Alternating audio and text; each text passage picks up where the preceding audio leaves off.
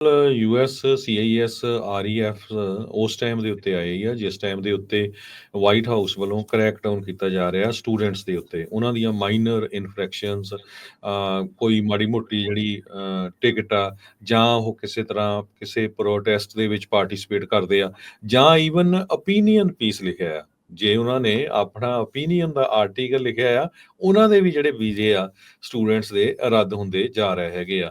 ਅਪ੍ਰੈਲ 18 ਤੱਕ 240 ਤੋਂ ਵੱਧ ਅਮਰੀਕਾ ਦੇ ਕਾਲਜਸ ਤੇ ਯੂਨੀਵਰਸਿਟੀਜ਼ ਦੇ ਵਿੱਚੋਂ 1550 ਦੇ ਕਰੀਬ ਇੰਟਰਨੈਸ਼ਨਲ ਸਟੂਡੈਂਟਸ, ਜਿਨ੍ਹਾਂ ਚੋਂ ਕਈ ਰੀਸੈਂਟ ਗ੍ਰੈਜੂਏਟਸ ਵੀ ਆ, ਉਹਨਾਂ ਦਾ ਜਿਹੜਾ ਲੀਗਲ ਸਟੇਟਸ ਆ ਉਹ ਰਿਵੋਕ ਕਰ ਲਿਆ ਗਿਆ ਸਟੇਟ ਡਿਪਾਰਟਮੈਂਟ ਤੋਂ। ਇਹ ਜਿਹੜਾ ਡਾਟਾ ਆ ਇਨਸਾਈਡ ਹਾਇਰ ਐਜੂਕੇਸ਼ਨ ਉਹਦੇ ਵੱਲੋਂ ਆਇਆ ਹੈਗਾ। ਇਹਦੇ ਸੰਬੰਧ ਦੇ ਵਿੱਚ ਇੱਕ ਅਟਾਰਨੀ ਆ, ਉਹ ਬਿਕ ਗੋਇਲ ਆਫ ਇਮੀਗ੍ਰੇਸ਼ਨ ਲਾ ਫਰਮ, ਉਹ ਇਹ ਕਹਿੰਦੇ ਵੀ ਆਰਈਐਫ ਜਿਹੜੇ ਹੈਗੇ ਆ, ਇਹ ਪਹਿਲੀ ਵਾਰੀ ਮੈਂ ਸੁਣਿਆ ਵੀ ਜਿਹੜੇ H1B ਵੀਜ਼ਾ ਵਾਲੇ ਲੋਕ ਆ ਉਹਨਾਂ ਤੋਂ ਇਹ ਮੰਗ ਰਹੇ ਹੈਗੇ ਆ, ਜਿਹਦੇ ਵਿੱਚ ਜਿਸ ਤਰ੍ਹਾਂ ਤੁਸੀਂ ਦੱਸਿਆ ਹੀ ਆ ਵੀ ਹੋਮ ਐਡਰੈਸਿਸ ਤੇ ਬਾਇਓਮੈਟ੍ਰਿਕਸ। ਸੋ ਕਹਿੰਦੇ ਵੀ ਇਹ ਖਾਸ ਕਰਕੇ ਮੇਬੀ ਇਸ ਕਰਕੇ ਹੋਊਗਾ ਵੀ ਟਰੰਪ ਐਡਮਿਨਿਸਟ੍ਰੇਸ਼ਨ ਉਹਨਾਂ ਨੂੰ ਆਇਡੈਂਟੀਫਾਈ ਕਰਕੇ ਡਿਪੋਰਟ ਕਰਨਾ ਚਾਹੁੰਦਾ ਹੈਗਾ ਲਾਫੁਲੀ। ਸੋ ਇਹ ਹੁਣ ਆਉਣ ਵਾਲੇ ਦਿਨਾਂ ਦੇ ਵਿੱਚ ਕਹਿੰਦੇ ਵਾਟ ਹੈਪਨਸ ਨੈਕਸਟ।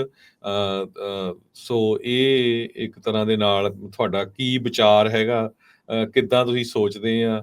ਪ੍ਰੋਟੈਸਟ 'ਚ ਹਿੱਸਾ ਲੈਣੇ, ਨਹੀਂ ਕਿਸੇ ਤਰ੍ਹਾਂ ਦੀ ਤੁਹਾਡੀ ਵਾਇਲੇਸ਼ਨ ਹੋਈ ਹੈਗੀ ਆ, ਤੁਹਾਨੂੰ ਰਿਪੋਰਟ ਕੀਤਾ ਜਾ ਸਕਦਾ। ਇਸੇ ਤਰ੍ਹਾਂ ਆਈਸ ਦੇ ਇੱਕ ਸਾਬਕਾ ਆਫੀਸ਼ੀਅਲਸ ਆ, ਉਹਨਾਂ ਨੇ ਟਰੰਪ ਐਡਮਿਨਿਸਟ੍ਰੇਸ਼ਨ ਦਾ ਕਾਫੀ ਜ਼ਿਆਦਾ ਜਿਹੜਾ ਵਿਰੋਧ ਕੀਤਾ ਹੈਗਾ। ਉਹ ਕਹਿੰਦੇ ਵੀ ਇੱਕ ਤਰ੍ਹਾਂ ਦੇ ਨਾਲ ਇਨਹਿਊਮੇਨ ਪੋਲੀਟੀਕਲ ਥੀਏਟਰ ਬਣਾਇਆ ਗਿਆ ਹੈਗਾ ਟਰੰਪ ਐਡਮਿਨਿਸਟ੍ਰੇਸ਼ਨ ਵੱਲੋਂ।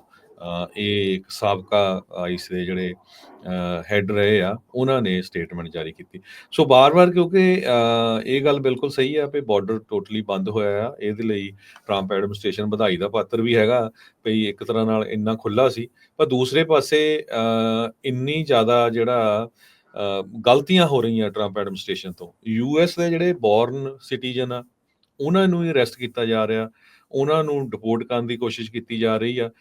ਤੁਹਾਡੇ ਨਾਲ ਪਿਛਲੇ ਦਿਨਾਂ 'ਚ ਅਸੀਂ ਕਈਆਂ ਦੀ ਗੱਲਬਾਤ ਕੀਤੀ ਹੈ। ਇੱਕ ਹੁਣ ਨਵਾਂ ਇਸੇ ਤਰ੍ਹਾਂ ਦਾ ਇੱਕ ਨਵੀਂ ਇੰਸੀਡੈਂਟ ਆਈ ਆ, ਜਿਹਦੇ ਵਿੱਚ ਐਰੀਜ਼ੋਨਾ ਦੇ ਵਿੱਚ ਯੂਐਸ ਦਾ ਜਿਹੜਾ ਸਿਟੀਜ਼ਨ ਆ, ਯੂਐਸ ਬੋਰਨ ਸਿਟੀਜ਼ਨ ਹੋਜ਼ੇ ਹਰਮੋਸਿਲੋ, ਉਹ ਐਰੀਜ਼ੋਨਾ ਦੇ ਵਿੱਚ ਵਿਜ਼ਿਟ ਕਰ ਰਿਹਾ ਸੀ ਵਿਦਆਊਟ ਦਾ ਪ੍ਰੋਪਰ ਇਮੀਗ੍ਰੇਸ਼ਨ ਡਾਕੂਮੈਂਟਸ। ਉਹਨੂੰ ਅਰੈਸਟ ਕਰ ਲਿਆ ਤੇ 10 ਦਿਨ ਉਹਨੂੰ ਜੇਲ੍ਹ 'ਚ ਰੱਖਿਆ। ਸੋ ਇਸੇ ਕਰਕੇ ਆਪਾਂ ਜਿੰਨੇ ਵੀ ਜਿਹੜੇ ਸਾਡੇ ਸਰੋਤੇ ਆ ਉਹਨਾਂ ਨੂੰ ਬਾਰ-ਬਾਰ ਕਹਿੰਦੇ ਰਹਿੰਦੇ ਆ, ਨੋ ਮੈਟਰ ਵਾਟ। ਈਵਨ ਸ਼ਨੀਚਰਵਾਰ ਤੁਸੀਂ ਸੁਣਿਆ ਵੀ ਹੋਣਾ ਆ ਅਟਾਰਨੀ ਜੇ ਤਿਰਕੀਆਣਾ ਉਹਨਾਂ ਕੋਲੋਂ ਵੀ ਭਈ ਨੋ ਮੈਟਰ, ਜੇ ਤੁਸੀਂ ਬੋਰਨ ਵੀ ਆ, ਤੁਹਾਡਾ ਜਿਹੜਾ ਸ਼ਕਲ ਆ, ਤੁਹਾਡਾ ਜਿਹੜਾ ਕਲਰ ਆ, ਉਹ ਉਹਨਾਂ ਲੋਕਾਂ ਨਾਲੋਂ ਡਿਫਰੈਂਟ ਆ ਜਿਹੜੇ ਉਹ ਸੋਚਦੇ ਵੀ ਅਸੀਂ ਅਮਰੀਕਨ ਹੈਗੇ ਆ।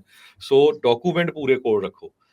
ਸੋ ਇਹ ਜਿਹੜਾ ਸਪੈਨਿਸ਼ ਮੂਲ ਦਾ ਬੰਦਾ, ਅਮਰੀਕਨ ਬੋਰਨ ਹੋਜ਼ੇ ਹਰਮੋਸਿਲੋ, ਐਰੀਜ਼ੋਨਾ ਦੇ ਵਿੱਚ ਵਿਜ਼ਿਟ ਕਰ ਰਿਹਾ ਸੀ, 19 ਸਾਲਾਂ ਦਾ, ਨਿਊ ਮੈਕਸੀਕੋ ਦੇ ਵਿੱਚ ਰਹਿੰਦਾ ਹੈਗਾ। ਜਦੋਂ ਉਹ ਨਗਾਲਸ ਜਿਹੜਾ ਇਹ ਬਾਰਡਰ ਦੇ ਲਾਗੇ ਟਾਊਨ ਆ, ਉੱਥੇ ਉਹਨੂੰ ਜਿਹੜਾ ਆਈਸ ਵਾਲਿਆਂ ਨੇ ਫੜ ਲਿਆ। ਚੈੱਕ ਦੇ ਦੌਰਾਨ ਉਹ ਤੋਂ ਡਾਕੂਮੈਂਟ ਮੰਗੇ, ਜਾਂ ਡਾਕੂਮੈਂਟ ਉਹਨਾਂ ਦੇ ਕਿਸੇ ਤਰ੍ਹਾਂ ਉਹਨੇ ਪ੍ਰੂਵ ਨਹੀਂ ਕੀਤੇ, ਤੇ ਉਹਨੂੰ ਚੱਕ ਕੇ ਜਿਹੜਾ ਆ ਉਹਨਾਂ ਨੇ ਬਾਰਡਰ ਪੈਟਰੋਲ ਵਾਲਿਆਂ ਨੇ ਕਹਿੰਦੇ ਵੀ ਅੰਦਰ ਕਰ ਦਿੱਤਾ, ਤੇ 10 ਦਿਨ ਉਹ ਲਗਾਤਾਰ ਜੇਲ੍ਹ ਦੇ ਵਿੱਚ ਰਿਹਾ। ਬਾਅਦ ਦੇ ਵਿੱਚ ਜਿਹੜੇ ਡਾਕੂਮੈਂਟ ਪੇਸ਼ ਕਰਕੇ ਉਹਨੂੰ ਜਿਹੜਾ ਛਡਾਇਆ ਗਿਆ।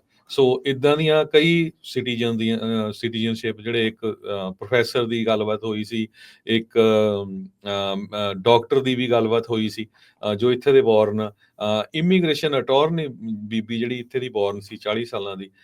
ਸੋ ਉਹਨੂੰ ਚਿੱਠੀ ਆਈ ਸੀ। ਸੋ ਇਦਾਂ ਦੀਆਂ ਜਿਹੜੀਆਂ ਇਨਸੀਡੈਂਟਸ ਆ ਉਹ ਵੀ ਜਿਹੜੀਆਂ ਆ ਰਹੀਆਂ ਵੀ ਉਹ ਜਦੋਂ ਕਿਸੇ ਨੂੰ ਅਰੈਸਟ ਕਰਦੇ ਆ ਵੀ ਡਿਊ ਪ੍ਰੋਸੈਸ ਕਿਉਂ ਨਹੀਂ ਕਰਦੇ, ਉਹਨੂੰ ਵੈਰੀਫਾਈ ਕਿਉਂ ਨਹੀਂ ਕਰਦੇ ਹੈਗੇ, ਜਿਹਦੇ ਨਾਲ ਆਮ ਜਿਹੜੇ ਅਮਰੀਕਨ ਸਿਟੀਜ਼ਨ ਆ ਉਹਨਾਂ ਨੂੰ ਵੀ ਜਿਹੜਾ ਇੱਕ ਤਰ੍ਹਾਂ ਦੇ ਨਾਲ ਉਹਨਾਂ ਦੇ ਵਿੱਚ ਵੀ ਡਰ ਵਾਲਾ ਮਾਹੌਲ ਬਣਿਆ ਹੋਇਆ ਹੈਗਾ।